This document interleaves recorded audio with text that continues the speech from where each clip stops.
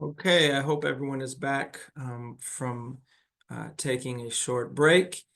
We are now to our keynote speaker of the day, finishing up this incredible workshop. I want to introduce someone who I actually have not met yet before, other than having watched you speak in the virtual space. And I was absolutely blown away the first time, and the second, third, fourth, and fifth times watching one of the most incredible TED Talks I've ever seen. Fundamentally changed the way that I parent. Uh, I was shaken to my core. So I'm so happy to be able to um, uh, turn it over to actually Janine is going to do the formal introduction, but I want to welcome you here to our space in West Contra Costa. Miss Maples, it's so good for you to be here. Janine, please feel free to take it from here. Thanks, Guthrie. I'm so happy to have Alicia here. Alicia Meneses Maples gave a gripping TED Talk where she shared her inspirational story of trauma and survival, having lost her parents' time and attention to care for one brother with profound nonverbal autism and another brother to terminal illness. Alicia turned her pain into purpose. She advocates for glass children around the world, has been featured on CNN.com, care.com, and has been quoted in over 40 other online articles. As she's doing for us today, Alicia delivers keynotes and facilitates conferences for families and organizations who assist high needs families. Welcome, Alicia. We're so glad you're here. Thank you so much. Thank you to Guthrie. Thank you to Janine. Look, y'all aren't supposed to make me cry right before I start speaking. It's truly a pleasure to be here with you today. I need to remember to speak a little bit slower than I normally do for our translators, but I have to be honest and tell you, when Janine called me and asked me to do this, I was hesitant. I had a lot of questions. And the reason is because my story is not an easy one to listen to. There are going to be points in the next 30 to 45 minutes where we're going to walk through the valley together. But I want to ask something of you. If you stick with me through to the ends, I promise that there is going to be something positive and there's going to be some hope.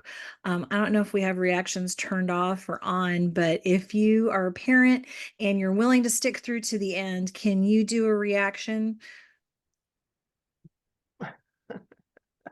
Or Yes. put something in the chat? Okay, I'm seeing the thumbs up. Okay, that's great. So stick with me. So before I start, I want to tell you that I'm starting off with some assumptions. Okay. So parents, um, assumption number one is that you love all your children and you love them deeply. Assumption number two is you are doing the very best that you can. I'm sure that this is not what you planned for. This is not what you expected. And I know because I grew up in a high needs family, there's a lot of stress and a lot of emotional toll. So, assumption number two is you're doing the very best that you can. Assumption number three is that you want to help and you want to find help for all of your children. I'm coming to you today from a place of compassion and love and the desire to help. This is a judgment-free zone. So with that, I'm going to tell you just a little bit about my story.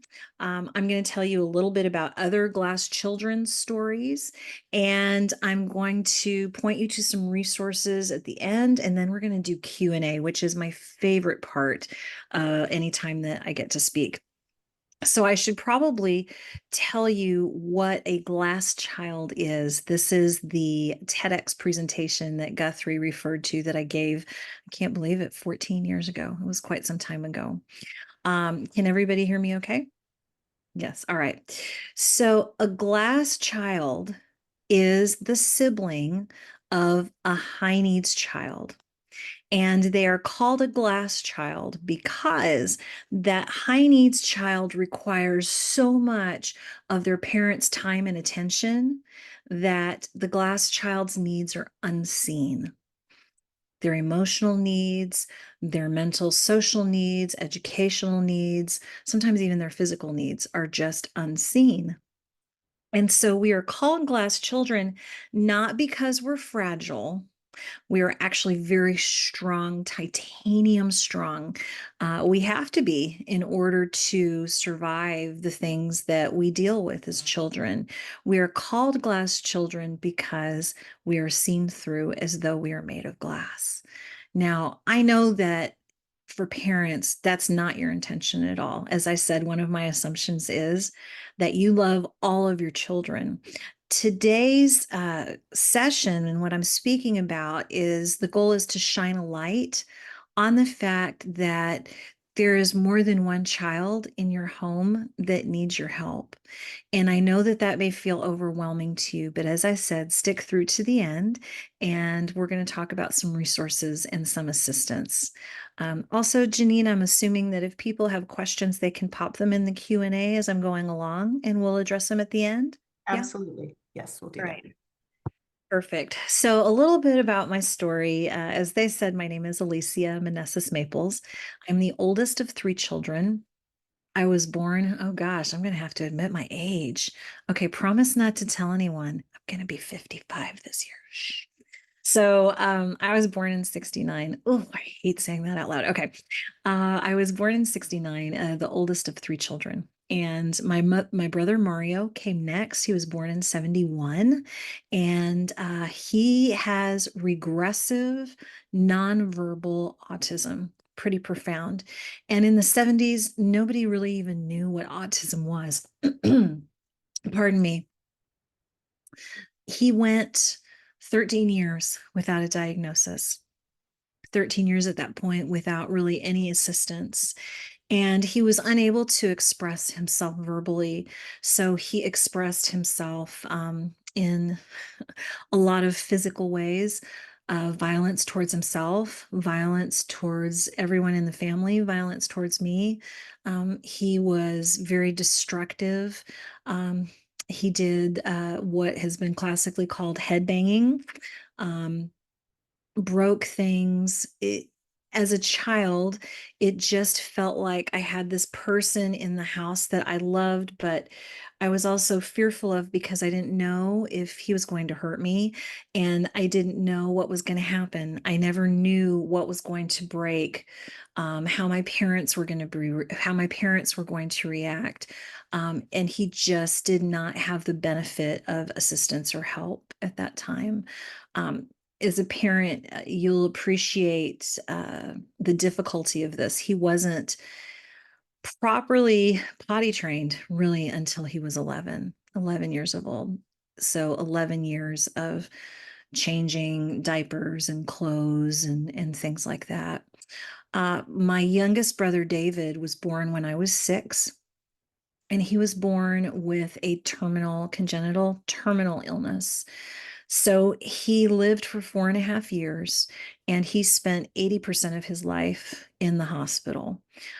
He had 10 surgeries in that short span of his life. So what happened and he died. What happened to me is I had one parent that was trying to take care of, understand, control, support, assist Mario. I had another parent, and that was most often my father. I had another parent, this was my mother, who was taking care of David, who was making frequent runs to the emergency room, who was in the hospital with David. And there was me, little Alicia, who was taking care of herself and taking care of everybody else in the family, because this is something that is very consistent. I talk to adult glass children all over the world, and surprisingly, culture doesn't matter, generation doesn't matter. There's some commonalities, um, common experiences that adult glass children share. And one of those is this feeling and this need to care for everybody that's in the family. This idea that the responsibility of the happiness, the physical needs, even sometimes the financial needs of everyone in the family rests on their shoulders, even though they are children. The reason that you don't know this as a parent is because we're really good at hiding it. I loved, I say the past tense because I lost my father, but as a young girl, I loved my parents, and still as an adult, I do. I understood, I could see everything that was happening in the home. As children, we see it all. We may not express it, we may not talk about it, but we see it and we're absorbing it. The problem is that we're processing it with the mental capacity and the emotional immaturity of a child. So everything that you see that is happening in your home, all of your children see, but they're trying to cope with the capacity of a child, not the capacity of an adult. So you don't see that this is happening because we're really good. In fact, we try to be extra good. And we do this because we love you, number one. We see how stressed out you are. We see what you're going through. We don't want to add to your stress. We don't want to make you unhappy. So we do it out of love. We do it sometimes because the world tells us to do it. My family was very active in church, and my mom was a choir director. And I can't tell you how many times after church, especially after David was born, that well meaning parishioners would say to me as a 6, 7, 8, 9, and 10-year-old little girl, Alicia, be really good for your mom and dad. They need your help. Their hands are full with Mario and David. Do everything you can to make them happy. And this was said to me repeatedly at church, at school, by family, by friends. Do you remember what it was like when you were 6 years old? 7, 8, 9, 10. All you wanted to do was have fun and enjoy the world. But this weight and this pressure is put on us, and this is a common experience for adult glass children, as it was for me. So we lost my brother David, and that was one of the singular most difficult moments of my growing up. I had seen some terrible things happen to both of my brothers. There's something that's called vicarious or witnessed trauma. It's when I didn't experience the trauma. I didn't have the medical issue that occurred, but I saw it happen to somebody that I love. And in this case, I saw it happen multiple times to both of my brothers whom I loved. And you know, not once did anyone ask me if I was okay. No one in my family said, Alicia, I know that your brother having to go to the hospital or you going to the hospital must have been difficult for you. Do you want to talk about it? No. My parents, in their state of overwhelm, thought I was okay. I wasn't okay. I was performing. I was performing what I thought the best role was that I was supposed to take. So that's what we're going to talk about next is what are some of these common experiences that glass children live across the world, regardless of generation, regardless of culture. So, one of these things is something that's called parentification. And if you're not familiar with what parentification is, I'll explain it to you. Parentification is when adults place adult responsibility on a child. So I'm going to give you some examples. I'll share some examples from other adult glass children that I have spoken with. Incidentally, I facilitated a workshop for adult glass children, and the age range of this particular group, let's see, the youngest was 25 and the oldest was 68. And these stories actually come from them. So one shared with me that her responsibility when she was 13 years of age was to clean the dirty butt of her sister. That was her regular responsibility. Um, Another shared with me a story of being a senior in high school and filling out college applications. And her father walked in and said, "What is it that you think that you're doing right now?" And she said, "Well, I'm applying to college, Dad." And he said, "And what makes you think you're going to college?" And she said, "Well, my older brother did." And this father, in his desperation, said to his 17-year-old daughter, "If you go to college, I will have to take care of your younger brother by myself, and I can't do that. So if you decide to be selfish and go away to school, I'm going to put him in foster care, and that's where he'll die, and it will be your fault." And she has carried the weight of that her entire life. Another person that I spoke to told me that when she was 9, her responsibility was to help her older brother, who was in puberty, use the restroom. He had a specific kind of epilepsy, so a seizure disorder, and they never knew when these seizures were going to come yet. It was her responsibility to help take her older brother, 4 years older than she, up the stairs to get to the restroom and help him use the facilities. Um, Unfortunately, the last time that happened, he had a seizure episode and he and she fell down the stairs and there were broken bones and lots of trauma. And she's in her 20s today.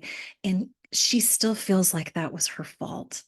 She still feels like she did something wrong, when the reality is that never should have been her responsibility in the first place.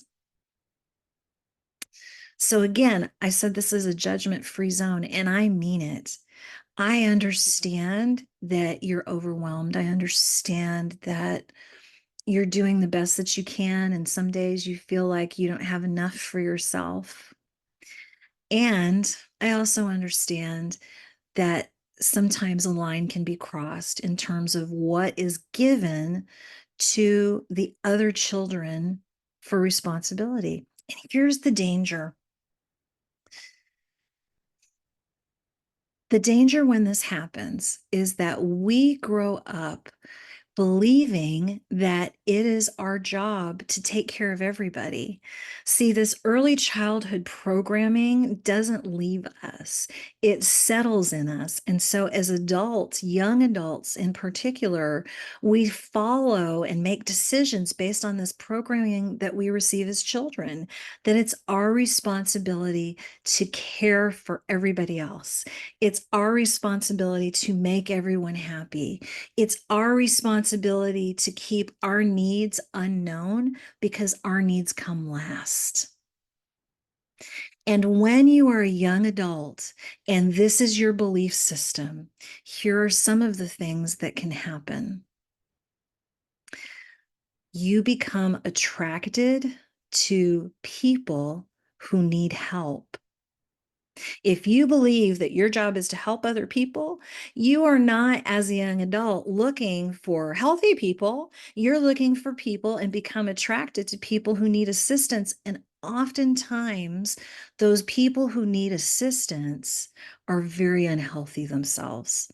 I can't tell you how many people I've spoken with who have ended up in relationships with, as young adults, with people who are like right in the midst of addiction, whether it's drugs or gambling or other activities, right in the middle of addiction.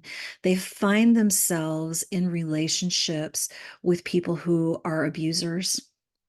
They find themselves in relationships with narcissists. Narcissists are very happy to affirm the glass child programming of your needs are second. My needs are first. In fact, don't even talk to me about what your needs are because your needs don't matter at all. And so these young adults find themselves trapped in these relationships that they don't know how to get out of, and they don't know what to do. We don't have um, enough research data yet on suicide rates for adult glass children, but in my travels and in my data gathering, suicidal ideation is extremely high. So parentification is one thing that has a very heavy impact and toll, takes an emotional toll on the glass child. But it's also something that can be stopped. That's part of the good news that we're going to share in terms of helping you find resources and assistance. The other thing that I want to talk to you about is something that's called emotional neglect. So if we are making straight A's, if we're doing great in school and sports, if we're not talking to you about our feelings or what's happening inside of us, you could very easily come to the conclusion that we're okay. I mean, I heard all the time, wow, Alicia, your brothers are so lucky to have you. Your parents are so lucky to have you as their daughter. My parents told me all the time, I don't know what we would do without you. You are such a good big sister. Um, I would have people like at school, parents and teachers say, you are so strong. Oh, you're just amazing. What a gift you are, Alicia. And inside, I was dying. The first time that I thought about suicide was when I was 11 years of age. And if I had had the technology back then that exists today, I would have found a way to do it. You know, Google didn't exist back then. Suicidal ideation is something that I struggled with throughout most of my adult life, including through my first marriage. I'm in my second marriage now, and it's wonderful, and he's wonderful and very supportive of me and me being here and doing this. But wow, what a journey it's taken for me to get here. So, emotional neglect, that happens when a child's emotional needs are overlooked. It happens when someone says something to the child like, you're unhappy? What do you have really to be unhappy about? I'll give you some examples from my parents. Alicia, you know how to talk. You can go to school. You can get out of the house every day. What do you have to be unhappy about? Alicia, you're going to live out the rest of your life. You're not dying. Why are you complaining? Alicia, why can't you look at things from the perspective of your brother or your sister? Do you know how lucky you are? Why are you crying? Alicia, you need to stop crying. You don't have anything to cry about.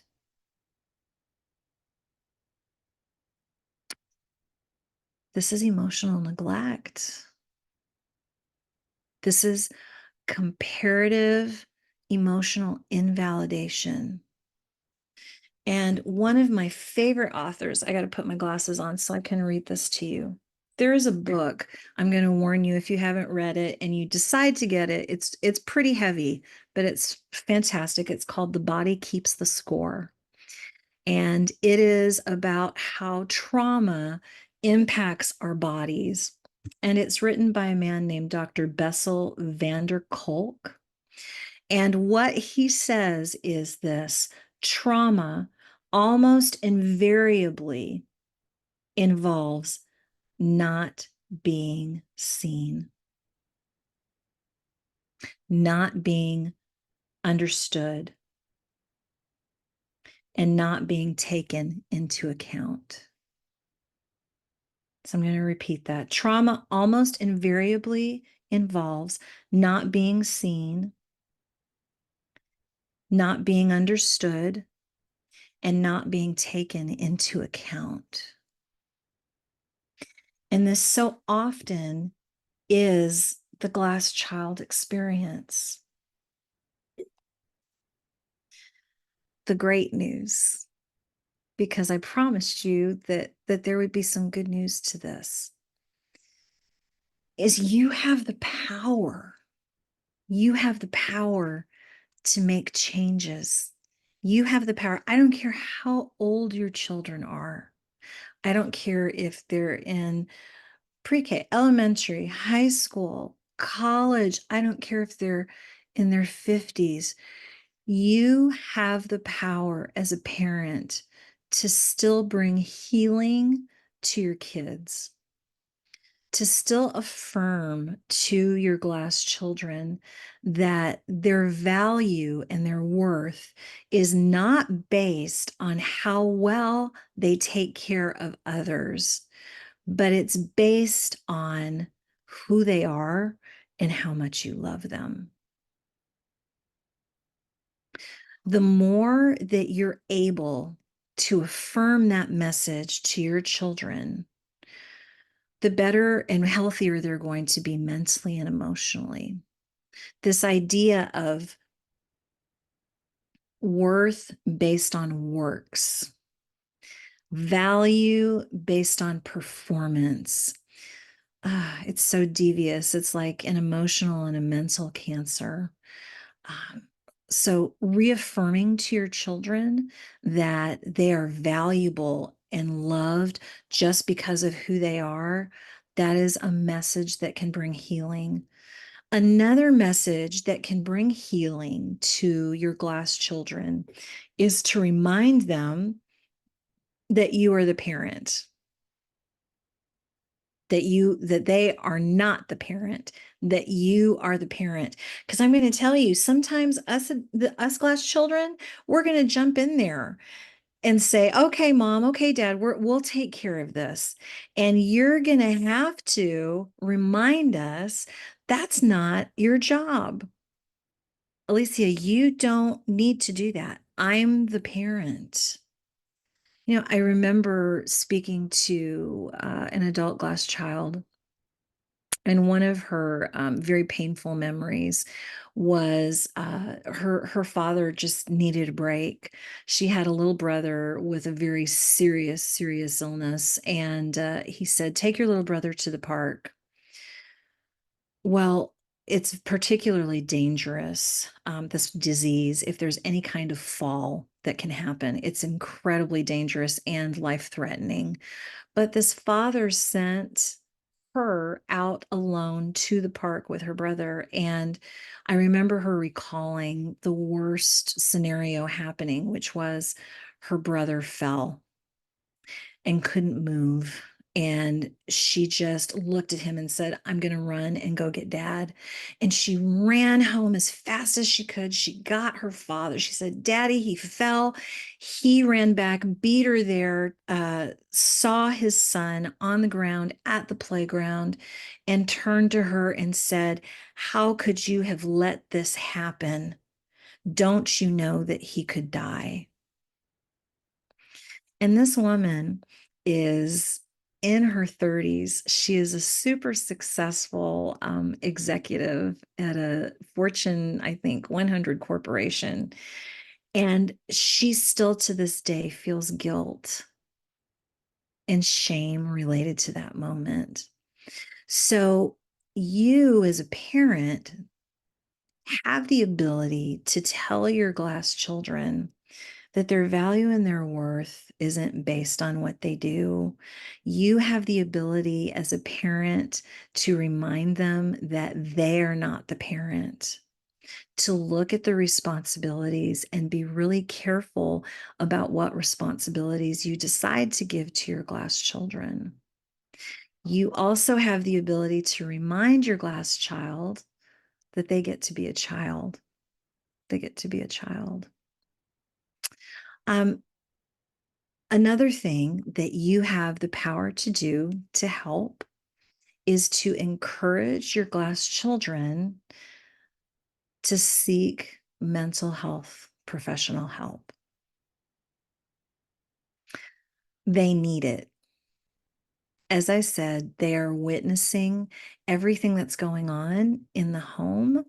They're seeing things. If all of your kids go to school together, your glass child is taking on additional responsibility for protection of their sibling at school. So they're seeing everything that's happening in the home and outside of the home. If you have medical situations with your child, then they're seeing what's happening from a medical perspective too.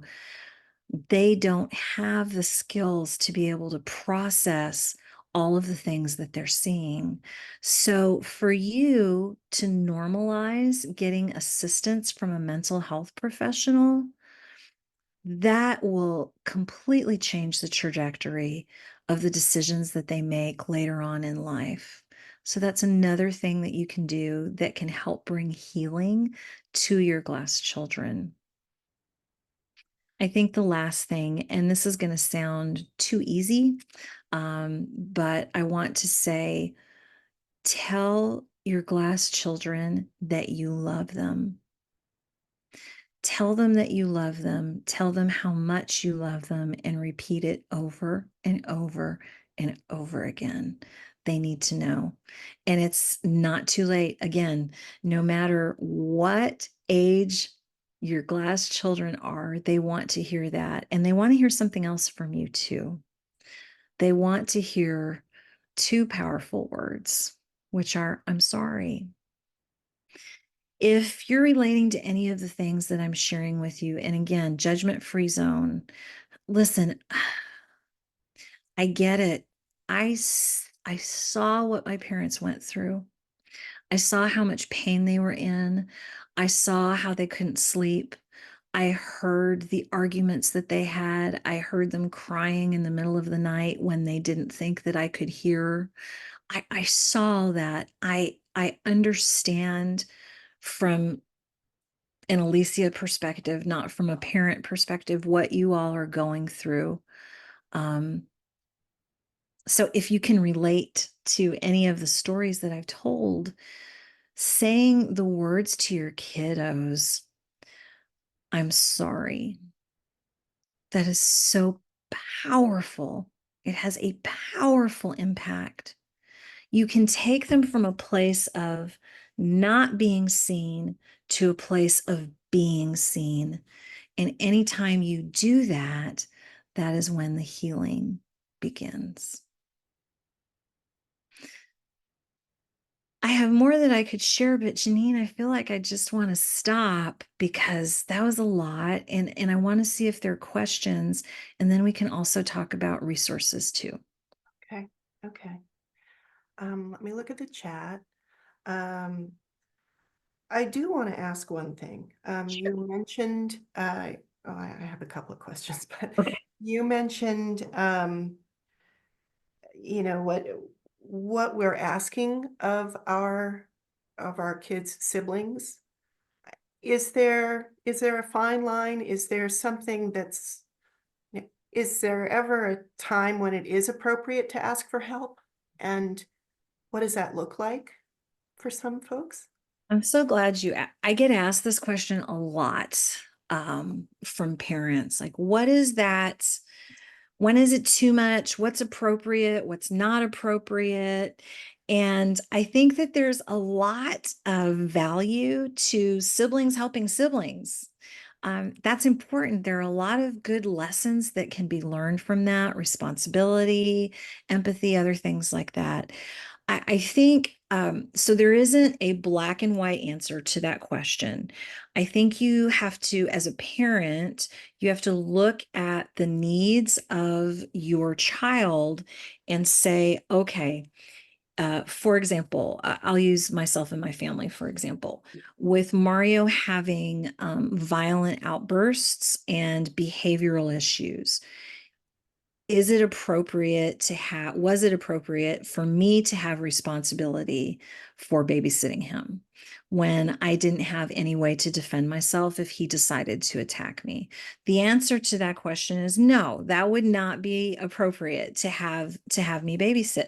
Like, babysitting is a normal thing. Older kids do that for the siblings all the time when they get to a certain age of responsibility, right? But you have to look at the needs of and the issues that your high needs child has to say, okay, is this really an appropriate thing to do or not? On the parentification side, yeah, I mean, should your kids all make their bed? Yeah, absolutely. Like, your glass child doesn't get out of that because they because their sibling has something that needs to be addressed. No, there's normal day-to-day responsibility. Do you still need to do the dishes? Yep. Do you need to still set the table? Yeah. Do you need to help do the laundry? Yes, because we're a family and we all pitch in. But medical caretaking, that's a pass, man.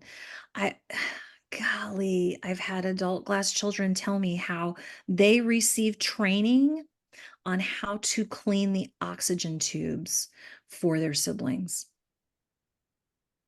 I have I have an adult glass child I know who her responsibility, her brother had behavioral issues, and one of his was he would take his feces and he'd smear it on the wall of the bathroom. And it was her responsibility to clean that up. That was her chore. Anytime that that happened, that's what she was supposed to do. And you really have to step back and look at what is appropriate and what is parentification. Did I answer your question, Janine? Does that help? You did. You did. Um, I have one more, but I'm gonna go to the chat. I also want to encourage you. We can also, if you want to raise your hands, we can unmute you if you want to ask Alicia directly, or you can, of course, leave your questions in the chat. Here's a question in the chat. I'm experiencing this with my kids. My 5-year-old, well, maybe it's more of a comment. My 5-year-old requires more time, love. My 3-year-old was feeling neglected and started acting out to gain attention. The therapist recommended us setting aside special time to be with one another. It's helping both of them. Mm. That's beautiful. And that's an excellent suggestion from your therapist. And this is one of the outcries. When you ask adult glass children, what do you wish that your parents had done differently? Among the top 5 are spending time with me, just me, that is not about my sibling. I was 14 before I spent time alone with both of my parents, 14 years old. So I think that's great advice. And I'm so glad to hear like you're proving the point that that one-on-one time helps. Now, I will tell you that another question that I get from parents frequently is, Alicia, I don't have time. I have multiple kids. One of them is high needs. Sometimes I speak to parents where I did a conference in May in Connecticut, and I had a desperate father who said to me, I have 6 kids and the middle 4 are all high needs. How do I make more time? What do I do? So my encouragement to you parents on that is it doesn't have to be perfect. Like, I think you probably want like to develop this moment of perfection for your kids. We don't expect perfect. We just want you. We just want you, and we want it to be about us. So if you can go out like on a play date, or you can go out to dinner, or you can do something magical and wonderful like that, fabulous. But for a lot of the families that I speak to, that is unrealistic. It's just not going to happen. But I bet you can find 15 minutes. If you can find 15 minutes a day where you can sit and just pour love into your glass child, and you can make that time all about them. And you can ask them how they're feeling. You can ask them what happened at school. You can become a safe place for them to share. Makes all the difference in the world. Because right now, and I'm not going to, this is not your fault. Right now, most parents are not safe places for their glass children. And it's not necessarily because of anything that you have done. It's mostly because the glass child doesn't want to burden you. They don't want to add onto your plate. So you will need to do some cultivating to help them understand that, yes, you are a safe place for them, that they can share their emotions with you, that you're not going to shame them or guilt them or compare them to their sibling, that they can actually talk to you about how they feel.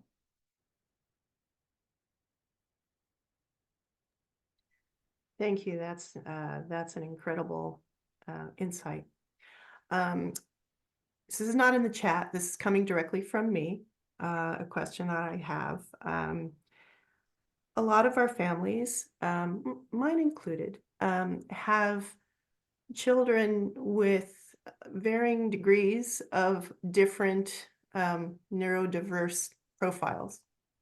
So some of our glass children are also children with learning disabilities or ADHD or anxiety already themselves. What could you say?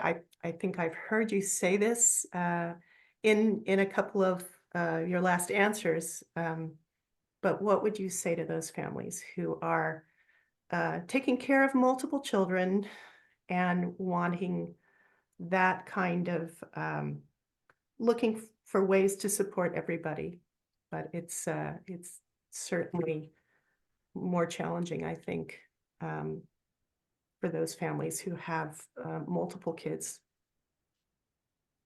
with disabilities. The first thing I would say is bless your heart. Like, I'm sending all of you all the love.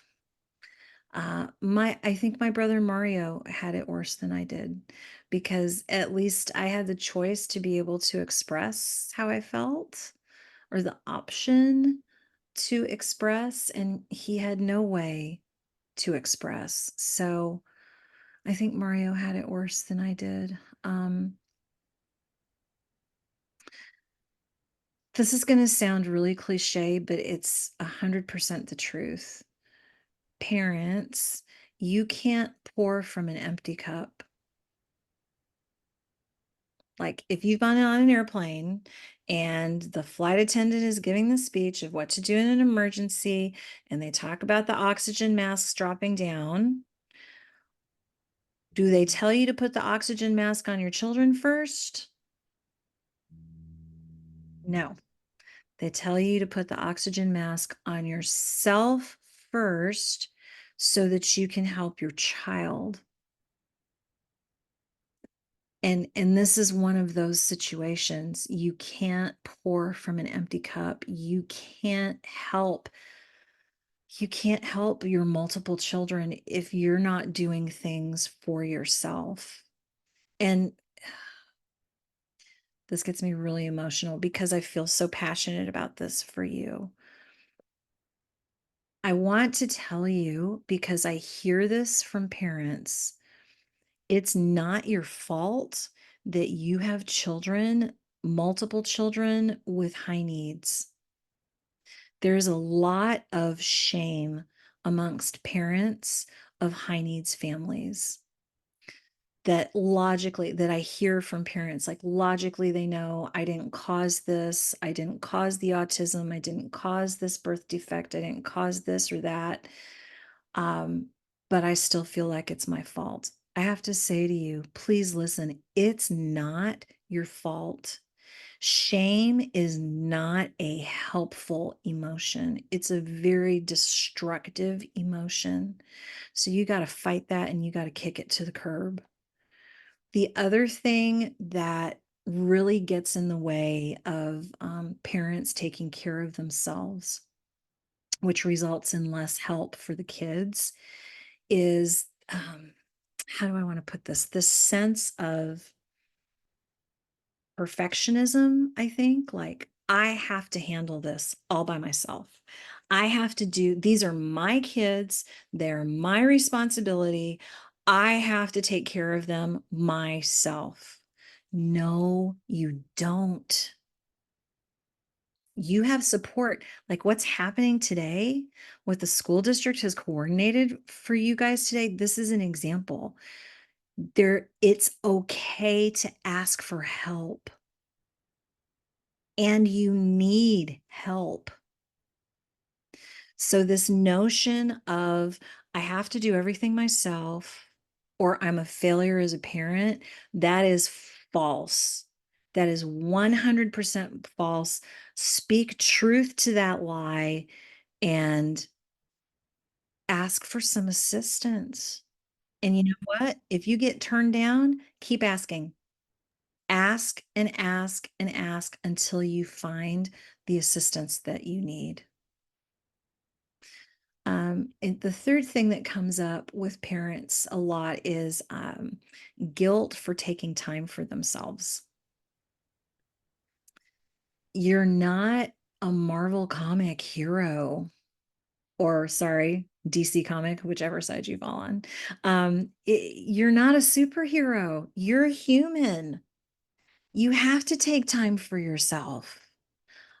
You can't function unless you have time. So this guilt and shame again about you taking some time for you, you got to kick that to the curb and you got to speak truth to that lie as well and take the time that you need for yourself. If you can engage in some self-care and get assistance, you're going to do so much better for yourself and for all of your kids.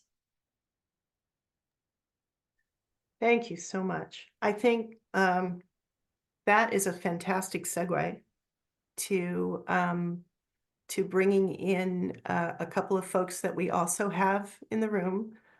We do have the director of Care Parent Network, Hannah Michelson, is with us today, as is Art Harris, who is our psychologist and ERMS specialist with West Contra Costa, and he also can speak to some of the resources that we have.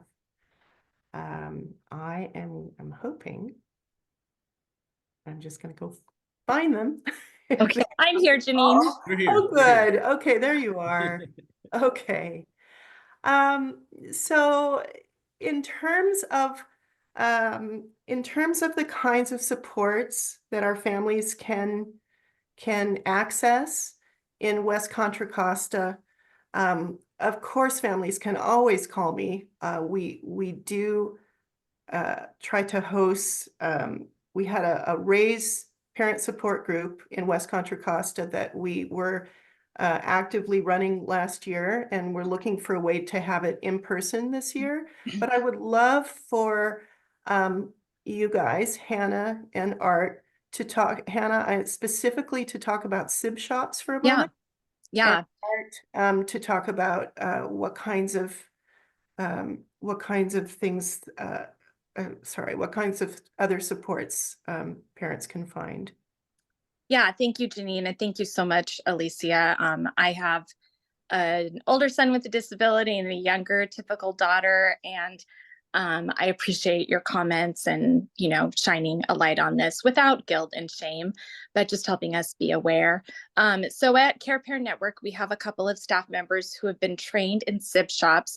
This is a national, if not international, evidence-based practice, and it isn't therapy, so definitely does not take the place of one of our glass children visiting with a therapist if that seems appropriate, but this is just more a gathering of siblings facilitated by our staff members, and just so they can have fun together and talk together about what it's like, good things and hard things, of having a sibling with a disability. And for a lot of kids, when they participate in sib shops, it's really the first time they may be meeting another sibling who has a similar journey to theirs.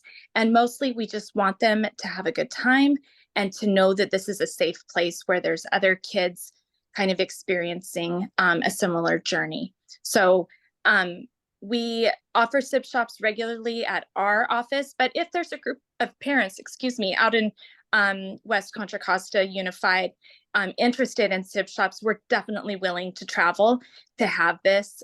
It is something, parents, you can drop your kids off. Our definite age for sib shops, just because we want it to be developmentally appropriate for kiddos, is about 7 or 8 till about 12 or so. And then definitely siblings can help out, older siblings can help out kind of as a mentor in those groups. And younger than that, we just find it, they might not have some of the emotional awareness to talk about those things. But yes, we love sib shops, and it's a wonderful program, and we're happy to offer it to the community. It's always free for families. And so we're excited to offer it in West County if that's a need. And then, as always, we have our support groups at Care Parent Network. And you will find other parents who are struggling with this same thing. Many of us have multiple kids and have kids with high needs, and some kids that are more typically developing, and sometimes families that have multiple high needs children. And so just come and talk to other parents. Just know you're not alone throughout your journey as a parent of a child with high needs. And we've got those in English and Spanish, and for dads, to just, again, a safe place to talk through these issues. So yeah, with that, I'll turn it over to Art. Thank you, Hannah. Okay. What comes up for me in terms of resources that could support with this, at first I think about at the school. We're talking about students with disabilities and how it could impact siblings. And so one thing I think of is you can always go into your school, talk to the school psychologist, talk to the case manager, and learn more about that disability. Sometimes we get reports, we get information in large meetings, but sometimes it takes time to sit with that psychologist and special ed teacher to learn more about this disability. So you could see, okay, one, what's happening with my child based off these assessments, right? But a lot of things came up today, I feel, are more related to kind of like that social emotional impact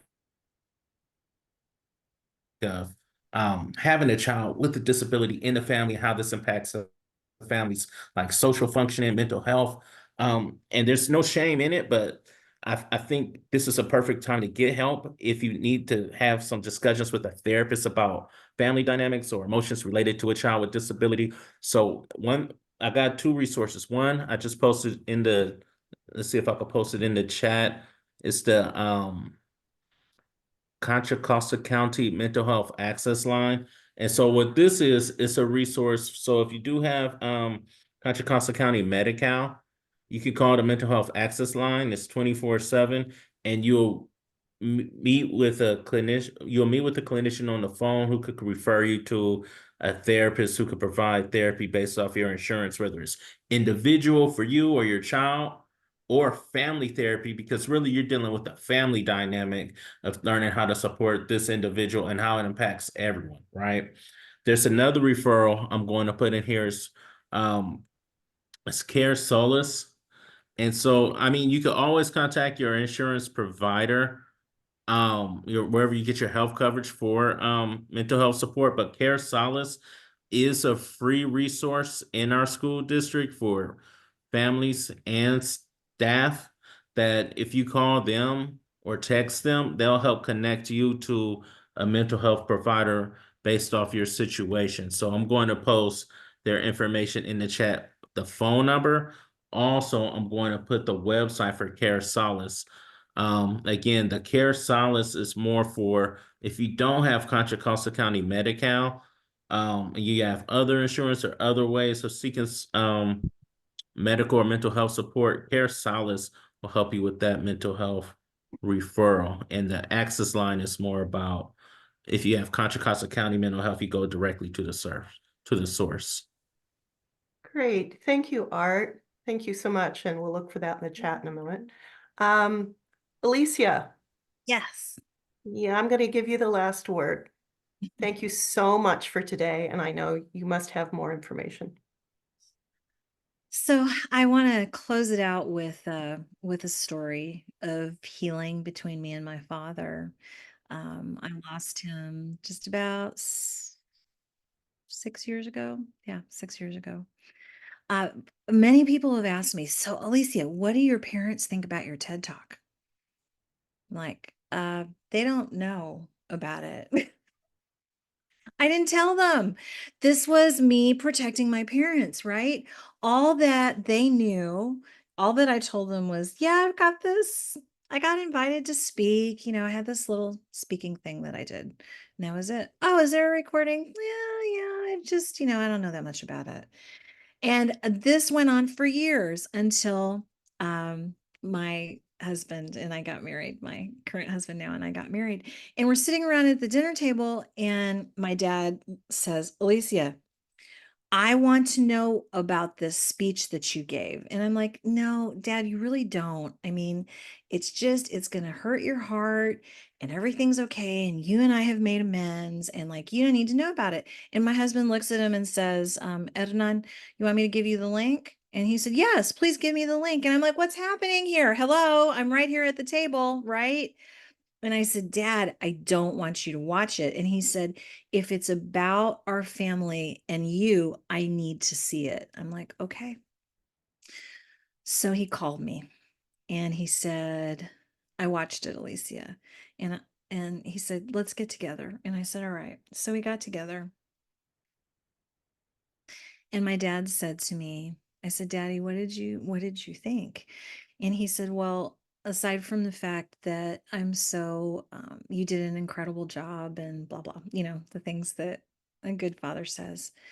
He said to me, I have never been so proud and simultaneously so devastated at the same time. And he took me in his arms and held me. And he said, I want you to know how much I love you, how much I have always loved you, and how much I will always love you. And that was such a healing, one of the most wonderful healing moments. We've had several, but healing moments between my father and me. And so I share that just to reiterate again. You have the opportunity to help bring healing and to speak healing and love into all your children's lives. I do have a couple of resources. It's a new website, so I will be adding things to it, but free resources. Janine, should I put the link in the chat? Okay, let me put it here.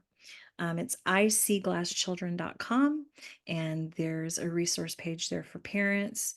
Like I said, it's in its infancy. I'll be adding more to it, but I just want to tell you all are brave. You all have my respect and my admiration, and I am beyond thrilled to be here with you today. Thank you so much for the invitation, and I would love to know through your responses, was today helpful for you? Wow. Thank you so much, Alicia. I really, really am so glad that you were able to come and speak to our families. So this is a great resource, I'm sure, and I hope that you guys will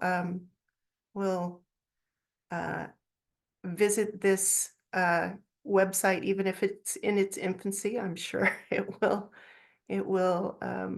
be incredible for everybody. You see Guthrie's chat response there in the chat. As a parent, the first time he watched the TED Talk, he went through significant grieving period, right? So did I, actually. And then started to see the ways that you spoke about showing up in the family, and he was able to change the way he engaged with his glass child. So it does take time and it takes work. And we have to be gracious and we have to forgive ourselves. And so I so appreciate you. Thank you so much. Thank you so much for being here. Thank you for sharing. Thank you for having me. God bless you all. Hey, everybody. So that is it for our parent conference for today. So thank you, everybody, for attending. And this recording will be available on the school district website and the special ed page. And you can also always contact my office. I'm going to throw my, well, if you've gotten the,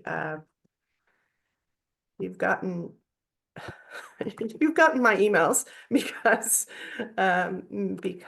you came here today. So you've gotten emails from me, but that is how you can get a hold of me through email. And if you have any question, there's Guthrie's as well. So any questions, any follow-ups, please feel free to contact us. Okay. I hope everybody has a wonderful rest of your weekend. Thank you for joining us. We're so glad you were able to. Thanks, everyone. And thank you again, Janine. Fantastic work setting this up. Really, really good work. And Really thank you happy to for do coming. it. Thank you. Have a good day, everyone. Bye.